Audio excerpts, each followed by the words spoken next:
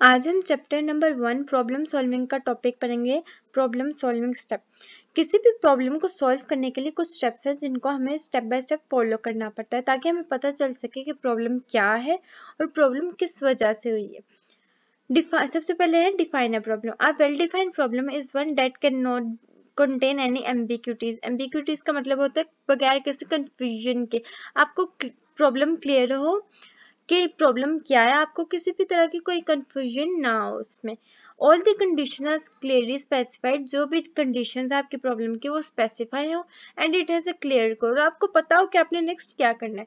It is easy to understand and solve. इस तरह क्या होगा कि आपको पता होगा कि आपने क्या करना है और प्रॉब्लम किस वजह से हुई है, तो उसको सोल्व करना आसान हो जाएगा।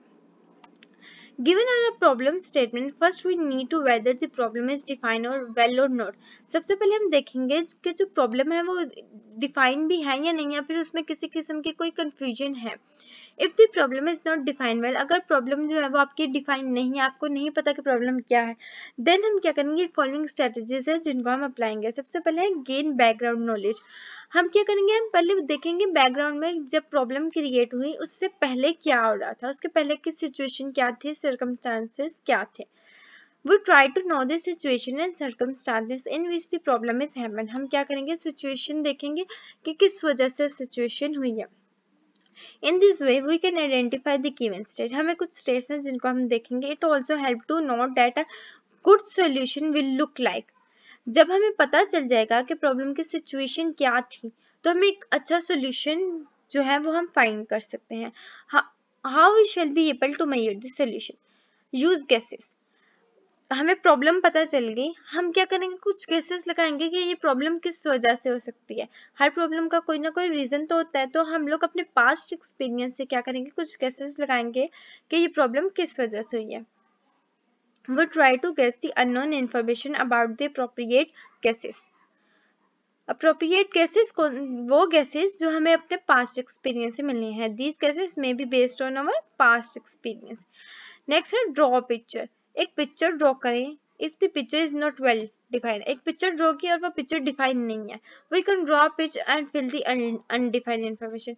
एक पिक्चर ड्रॉ की, हमें वो डिफाइन नहीं है, हमें नहीं पता चला, हम लोग एक रफ सी पिक्चर ड्रॉ करेंगे जिससे ये क्लियर हो जाए कि ना नेक्स्ट स्टेप क्या हो सकता है हमारा। ये पिक्चर उन्होंने बना के दिखाई हुई है और यहाँ पर उन्होंने एक जो की पॉइंट दिया हुआ है वो क्या है, picture speak louder than words. Next हमारा पास जो टॉपिक है वो है understand a problem. It is important to understand a problem before jumping into the solution. Problem क्या है पहले ये जानना जरूरी है, फिर उसको समझना जरूरी है, देन ही आप उसका सोल्यूशन निकाल पाएंगे। तो प्रॉब्लम को समझने के लिए हम क्या करेंगे, प्रॉब्लम क्या है, कैसे हुई, कब हुई, क्यों हुई और वजह क्या थी। It is important to understand the problem before jumping into the solution of the problem. For example, एक एग्जाम्पल उन्होंने दिया है, a rider and a puzzle can answer only after clear understanding. एक राइडर जो है वो आफ्टर अ पजल, यानी कि एक राइडर पजल वो आंसर करें आफ्टर ऑल दी सॉल्यूशन, जब उनको क्लियर हो गया। ठीक है, इसमें से जो हमें 5 W's हैं, जो इसका मेन हमने अंडरस्टैंडिंग ऑफ प्रॉब्लम से याद करना है वो है 5 W's। 5 W's कौन कौन से, what, who, when, where and why. हमें ये 5 W's अगर क्लियर होंगे तो ही हम आगे नेक्स्ट स्टेप यानी कि सोल्यूशन की तरफ आ सकते हैं। ठीक है, यहाँ पे एक की पॉइंट देख लें। Suppose your class teacher assign you a task. आपकी क्लास टीचर ने आपको एक टास्क असाइन किया है, to prepare a list of student in your class name who start with A. आप देखें, आपको एक नेम, एक बच्चों की लिस्ट दे दी गई है, उन सबसे पहले आपको कहा है कि जो नाम ए से स्टार्ट होते हैं वो लिखे, फिर जो बी से स्टार्ट होते हैं फिर वो लिखे, फिर जो सी से स्टार्ट होते हैं वो लिखे। तो अब आपने क्या करना है, whose name start with A, the list is required to order. ये वो वाली एक जो है आपको प्रॉब्लम दे दी गई सॉल्व करने के लिए। अब इस प्रॉब्लम को एनालिसिस करते हैं कि इसका सोल्यूशन कैसे निकाल सकते हैं 5 W's की हेल्प से। सबसे पहले है व्हाट। हमने क्या करना है, हमने एक लिस्ट बनानी है नेम ऑफ उन स्टूडेंट्स की जिनके नेम स्टार्ट होते हैं ए से। फिर हमने किनकी लिस्ट बनानी थी, स्टूडेंट्स की, तो हूँ में हमने क्या लिख दिया, स्टूडेंट। क्यों लिस्ट बनानी है, to prepare a dictionary of the student. फिर कब तक बनानी है, विद इन अ वीक, यानी कि 1 वीक के अंदर हमने ये सॉल्व करना है। कहाँ पे, स्कूल पे। यानी कि आपको स्कूल में असाइनमेंट एक मिली जिसमें आपने क्या करना है, जिसमें आपने लिस्ट बनानी है ए नाम के स्टूडेंट्स की, कब तक, 1 हफ्ते के अंदर अंदर। नेक्स्ट आपको इसको मेटाफोरिकली रिप्रेजेंट किया गया है, वो हम देख लेते हैं। ये देखिए, ये एक एक्टिविटी भी दी हुई है। Students are put into the group of 2 and 3। Students को 2 और 3 में ग्रुप्स में डिवाइड कर दिया है। जो टॉप 5 स्टूडेंट्स है मैथ के वो अलग आ जाएंगे, टॉप 5 स्टूडेंट्स जो हैं वो फिजिक्स के वो अलग आ जाएंगे, और student having more than 90 marks, उन वो स्टूडेंट्स जिन्होंने 90 मार्क्स लिए हैं ऑल सब्जेक्ट में, यानी कि तमाम सब्जेक्ट्स मिला के जिनका 90% मिल रहा है, वो एक अलग लिस्ट में आ जाएंगे। आइडेंटिफाई बाय डब्ल्यूज, इसका अब हमने क्या करना है, आइडेंटिफाई करना है विद द हेल्प ऑफ 5 डब्ल्यूज। नेक्स्ट हमारा टॉपिक है प्लानिंग अ सोल्यूशन। हमने अंडरस्टैंड कर लिया प्रॉब्लम क्या, डिफाइन भी हो गया, अब प्लान करना है सोल्यूशन के, सोल्यूशन कैसे निकाला जाए। After analysis a problem we formulate to plan that may lead us towards the solution of a problem.